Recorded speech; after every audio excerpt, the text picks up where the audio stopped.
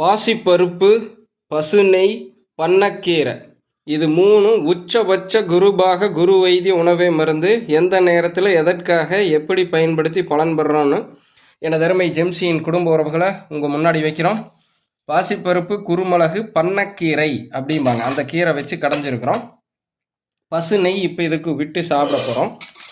நம்ம வீட்டிலையே பால் வாங்கி தயிர் உரையூற்றி நெய் வெண்ணெயெல்லாம் எடுத்து பண்ணியிருக்கிறது. இது கூட சோயாங்க. ஸோ இது மீல் மேக்கரும்பாங்க. சோயானா அந்த பருப்பு வேறு. ஸோ அந்த சக்கை இதெல்லாம் ஒட்டுக்கா போட்டு இது ஒன்றுது மிகச்சிறந்த ஃபைபர் ப்ளஸ் ப்ரோட்டீன். இப்போ இதை கூட வச்சு சாப்பிட போகிறோம்.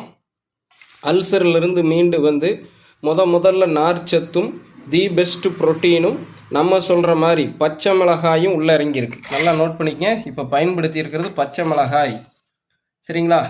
இந்த கீரைக்கு பவுனம்மா கிட்டத்தட்ட 40 நாளை தொட போகிறாங்க. தன்னுடைய வாய்ப்புண்ணு, குடல் புண்ணு, உடல் சூடு, மலச்சிக்கல், அஜீரண கோளாறு, வறட்டிருமல், கற்றுன்னு வந்த இருமல்லிருந்து எல்லாம் இன்றைக்கி மீண்டு வந்திருக்காங்க.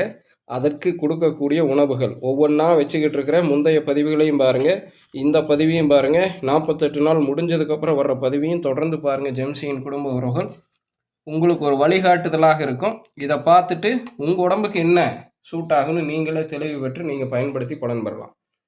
சர்க்கரையை கூட்டாத மண் சட்டி சாதம், பண்ணக்கீரை, பாசிப்பயிறு, பசு நெய். நல்லா இந்த ஸ்லோகனை ஞாபகம் வச்சுக்கோங்க.